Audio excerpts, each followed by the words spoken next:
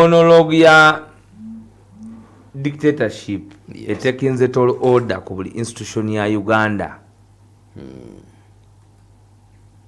oba kitegerekeka nti buli kikolebwa kati kikolebwa okusanyusa obuwangazi bw'embeera eno eyamusibira mu bbwa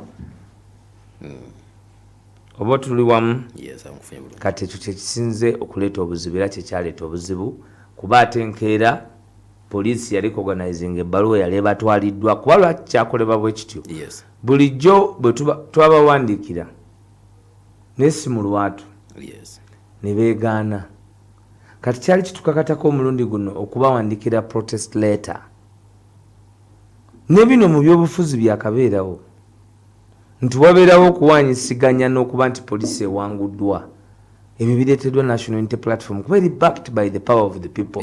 Kyenjagala omuntu yenna awuliriza Paal FM ng'oli member wa program n'amwatulira ky'oba oyiga mu eno program amaanyi gali mu ggwe. Amaanyi gali mu ki? Mu ggwe. Ab'ebyokwerinda banadde mpulira Lieutenant General Lweyiso ng'agamba nti ebyokwerinda byanguwa nnyo nga biyambiddwako bawanayinti abantu ba bulijjo. So gwe omuntu wa bulijjo paati gy'ozannya mu kubeezaawo bwannakyemalira nnene nnyo singa osalawo okusuula ogwa Naggamba ate singa osalawo okulowooza nti ebitono by'okola tebigattako. Ontegedde? Kifaanana ng'omuntu akeera okulima. Bw'okeera ku makya n'olima eka 5 otaba na bugumiikiriza oyinza obutaddamu kulima. Kubanga byolime bya sizoni naye kitegeeza nti sizoni y'okulima bw'etuuka lw'olina okukola ki? Toyinza kulima mu sizoni y'amakungula. Toyinza kulima mu sizoni y'okusimba eba sizoni yaki? Ya kusimba. Toyinza kukeera ku makya n'olima mu masizoni y'amakungula ate nolowooza okukungula n'abakungula. So gwali eyo eno y'ennimiro yo kati. Totunuulira makungula. Manya nti bwe nnima eka 5 byenzijjamu bimpaagaaza ebbanga bwe riti. Bwe nvaayo ekigambo kyange newenkolera ne kiwulirizibwa bw'obanga oli musirikale amerijeshi sente zammwe zasako bazibbye kuba bajja ne batubuulira. Ffe tufuna aba SFC, tufuna abali magye, tufuna abapoliisi. Paati yo gy'osobola okuzannya kasagwe ne bwe weebuulirira bwebuulirizi. For example, gwenza okwenoga nti paati yange yakusiriikirira nakyemalira. Nti bwe nsanga omuntu yenna nga wanakyemalira nze nja kumusiriikirira era webeera committed ejja kuzuulibwa nti ezannyibwa. Bw'obeera nga ofuddeyo nga kyoliko era abantu bajja kulikuganizinga nti Muzaffaru nakyemalira tamunyigako naye wamusanze wonna amusakasiiso. It will be recognized era kijja kwongerayo tetusiga bukyayi naye tubakubiriza mu boole. Kubanga oba tusobola kugamba ku mubbi wa 5 ate lwaki ogenda mu supermarket ye? Lwaki otwala omwana mu ssomero lye? Gwe otwala otya omwana mu ssomero nga director waalyo yabba ssente z'omuwa omusolo? Abazadde gwe otwala omwana mu ssomero okusasula ebisale nga ssente ezizimba essomero ono yazibba n'akola akasomero akuseere kuba olyabbye ssente zammwe nti ye agaggawadde akoze amasomero ate pata ne badde kiriya bwe twatunuulira line-up y'abalya ssente kola essomero eryo lisooka ery'abebyalaani ssente z'abalwadde ba siriimu ze baatwala nekiyimirizisa wano ssente za Gavi ne Global Fund okumala ebbanga ate najja n'abakinakukako nti mugagga nga wabba ssente z'abalwadde ba siriimu. Musaade oyo era omuntu atakyawanga Mpuuga Kayongo. Mpuuga n'otunda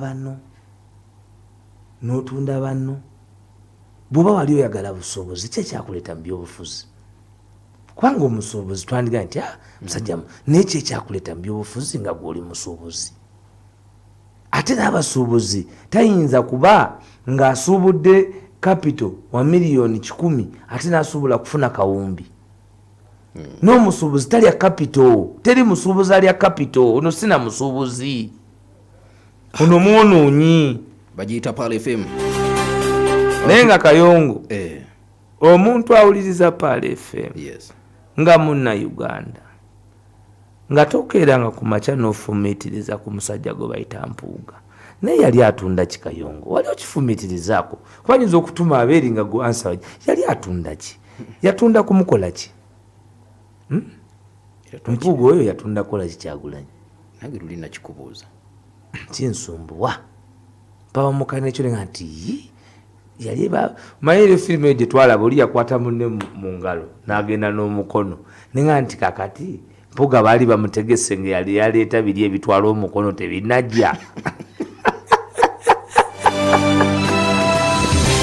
bagiyita Paal FM 107.9 ekkula eri omuntu wa bulijjo nze Kayongo Hakim ndina amyuka omwogezi w'ekibiina kya NUP Alex Waiswa Mufumbira Waiswa njagala tutunulire ttiimu yammwe eyagenze okwogerezeganya ne poliisi yabadde yimiridde etya mwasidise yani nani kasitiimu ate kasitowulira nti mubasituse mubadde mu deputy presidents mwabaddemu omwogezi w'ekibiina ate era nga leader of opposition secretary general mwabaddemu akulira diaspora akwataganya ensonga za diaspora Sas Marvin mwabaddemu kanso n'abalala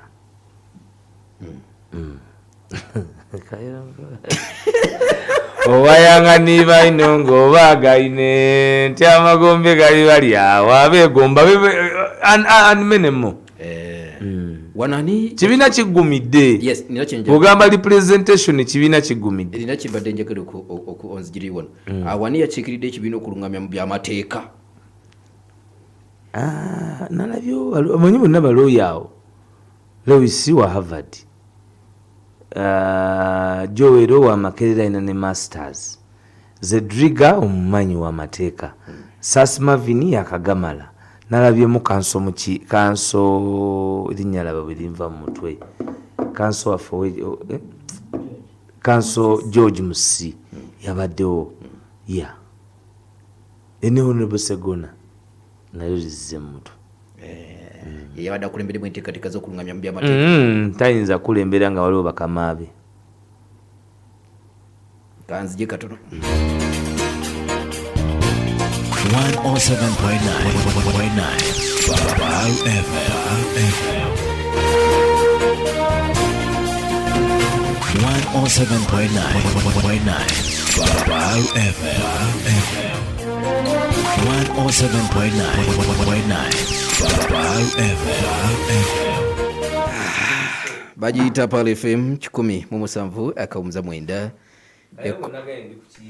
yagala ontwale ng'omulwadde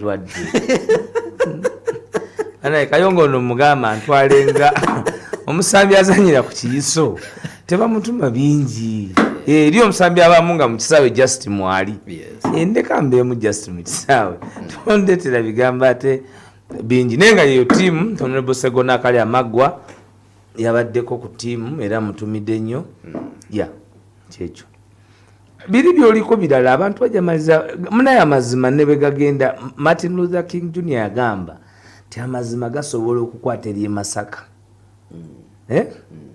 naye nga gagenda Jinja kati awo wonna nga gagende nga gali ku lw'e Masaka obulimba buba budduka gomanyi obulimba busobola okutandika kati tugenda okufuluma wano nga bumaze okutuuka e London kituufu naye amazima gamala ne gatuuka gwe olina kugumiikiriza gwe olindiranga mu kkoona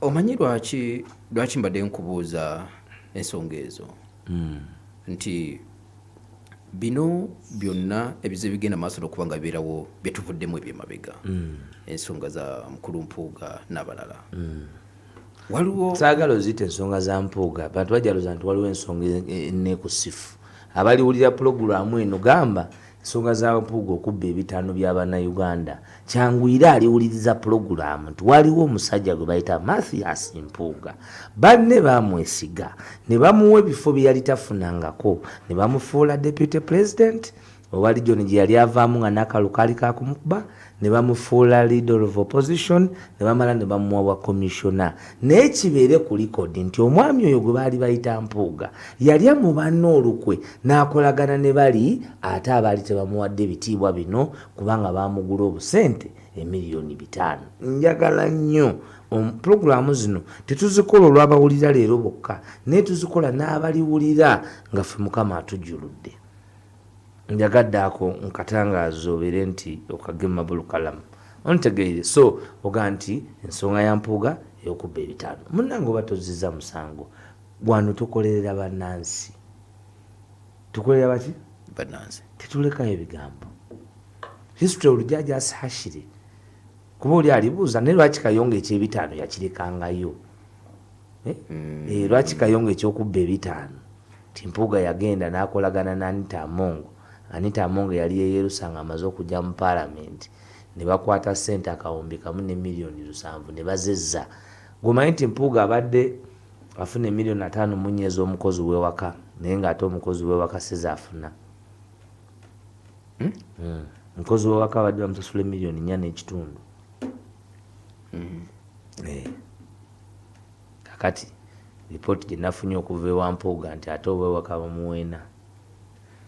Ganje tandikira. Olwatuuka waliwo abalongo abaali bafaanagana abazaala abalangira n'abambejja abalungi. Abaana baabwe babalabirira bulungi nga basiiga ensusu zaabwe ne beebi Johnny ya Jerry. Baafukanga amagaali gaabwe ng'abantu abeegomba olw'ensusu zaabwe ennungi. Amazima gaali